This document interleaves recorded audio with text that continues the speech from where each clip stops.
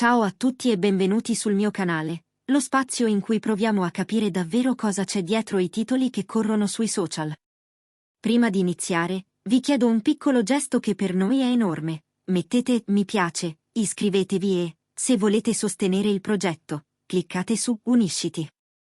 Oggi affrontiamo un tema delicatissimo che ha travolto le timeline, le voci secondo cui Kenny Omen avrebbe interferito nella sfera privata di Dimet Özdemir arrivando, stando ai rumor, addirittura a piazzare un dispositivo d'ascolto nel suo telefono.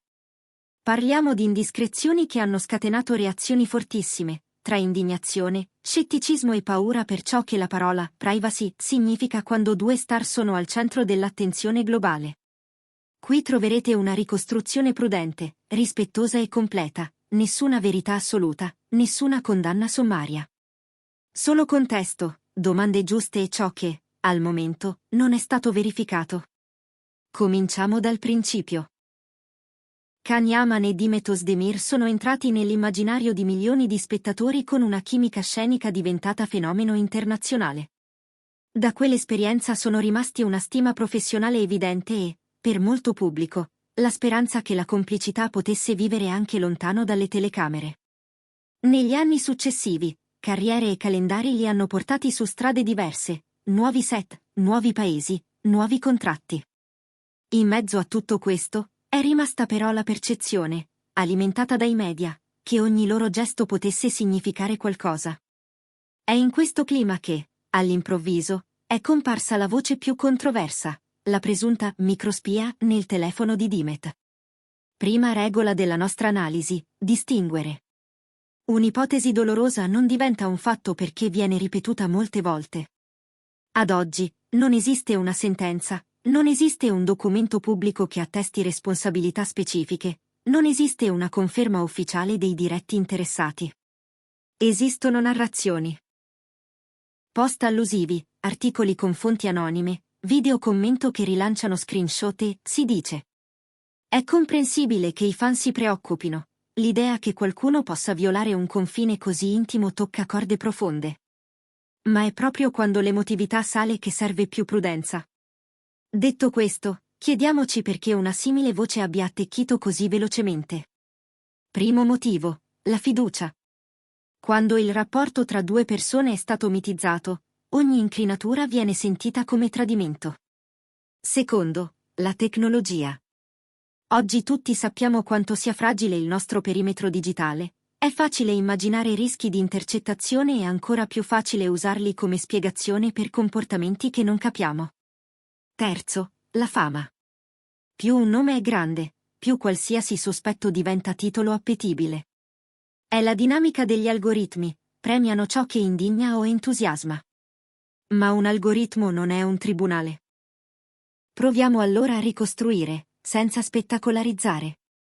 Le cronache raccontano di un periodo in cui tra Kenny Omen e Dimet Özdemir ci sarebbe stato un raffreddamento dei rapporti, parallelo a nuove scelte professionali. In questo contesto, alcune informazioni che Dimet desiderava tenere riservate sarebbero circolate prima del tempo, alimentando domande su possibili fughe di notizie. Da qui all'ipotesi di un dispositivo nel telefono il salto è stato breve, troppo breve. Una fuga può nascere da 1000 fattori. Una chat di gruppo poco protetta, un allegato inoltrato per errore, un account di terzi violato, un membro di uno staff che parla fuori turno. Attribuire subito a una persona precisa un'azione criminale è un passo che richiede prove, non solo impressioni.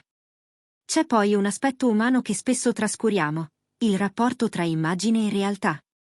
Kenny Omen è noto per disciplina e rigore sul set, la sua vita pubblica è fatta di campagne, red carpet, palestre, interviste. Dimet Özdemir è altrettanto esposta, con una presenza mediatica ampia e progetti molto seguiti.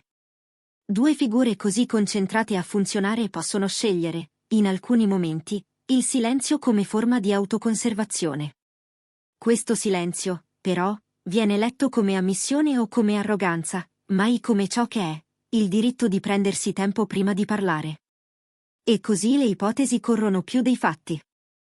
Sul piano giuridico, è utile ricordare che il presunto scenario sollevato dai rumor, qualunque esso sia, riguarda temi coperti da leggi severe, violazione della privacy, intercettazioni illecite, trattamento non autorizzato di dati personali. Sono ambiti in cui ogni parola pesa, anche solo in un post. Per questo i legali, quando ci sono di mezzo nomi così visibili, consigliano quasi sempre sobrietà, niente scontri pubblici, niente dettagli tecnici divulgati a caldo, solo atti formali, se necessari, e tempi lunghi di verifica. A chi osserva dall'esterno, questa prudenza appare come conferma, in realtà è soltanto professionalità. E i fan? Le community sono spaccate. C'è chi difende Can Yaman a prescindere, ricordando anni di lavoro impeccabile, e c'è chi si schiera subito con Demet Özdemir, chiedendo tutela piena e facendo appelli al rispetto dei confini. In mezzo, una zona matura che invita a non rilanciare contenuti non verificati, a non pedinare i protagonisti nella vita quotidiana, a non trasformare un timore in una condanna. È la parte migliore dei social, quella che capisce che sostenere un artista non significa pretendere accesso illimitato alla sua vita, ma desiderare per lei sicurezza, serenità, lavoro ben fatto. C'è anche l'industria. Brand e produzioni guardano a questa vicenda con attenzione perché sanno che l'affidabilità è il vero capitale di un attore. Un'ondata di rumor può spostare campagne, rallentare trattative, cambiare piani promozionali. Ma attenzione, non sempre la cautela dei partner significa sfiducia verso Can o favore a Demet, spesso significa semplicemente aspettare che la polvere si posi. La storia dello spettacolo è piena di casi in cui si è gridato allo scandalo e, mesi dopo, sono emerse versioni molto più sfumate. Tutto questo non toglie nulla a una verità semplice: chiunque, famoso o sconosciuto, merita confini. Se Demet Özdemir ha sentito violata la propria intimità, per una fuga di notizie, per un telefono incustodito, per chiacchiere circolate fuori controllo, la sua reazione è comprensibile e degna di rispetto. Se Can Yaman si ritrova addosso un sospetto che percepisce come ingiusto, ha diritto a proteggere il proprio nome senza entrare nel teatrino delle smentite urlate. Sono due diritti che possono convivere, soprattutto finché i fatti non parlano da soli. Qual è allora l'atteggiamento più sano in questa fase? Aspettare e osservare. Vedere se arriveranno dichiarazioni ufficiali, se compariranno atti formali, se i due vorranno, o no, affrontare pubblicamente l'argomento. Nel frattempo, tenere a bada la voglia di riempire i vuoti con ipotesi sempre più drammatiche. Ricordare che un titolo non è una prova. Che un like tolto o messo non è un indizio determinante. Che la vita reale non obbedisce alle sceneggiature. Vorrei chiudere con una riflessione che riguarda tutti noi come comunità. Ci appassioniamo a queste storie perché ci parlano di fiducia, lealtà, limiti, paura di perdere. Ma più di tutto ci ricordano che dietro la luce dei riflettori ci sono persone che devono potersi dire: oggi preferisco non condividere. Se vogliamo essere un pubblico migliore, impariamo a sostenere anche questo tipo di decisioni. Siamo pronti a farlo? Siamo pronti a rinunciare a un po' di intrattenimento in cambio di un po' di umanità? Se questo approfondimento vi è piaciuto, scrivetemi nei commenti cosa pensate sia la linea rossa che non dovrebbe mai essere superata, né dai media né dai fan. Credete che i personaggi pubblici debbano spiegare tutto, o che abbiano diritto a una quota inviolabile di silenzio? Leggo tutto e seleziono le riflessioni più interessanti per il prossimo video.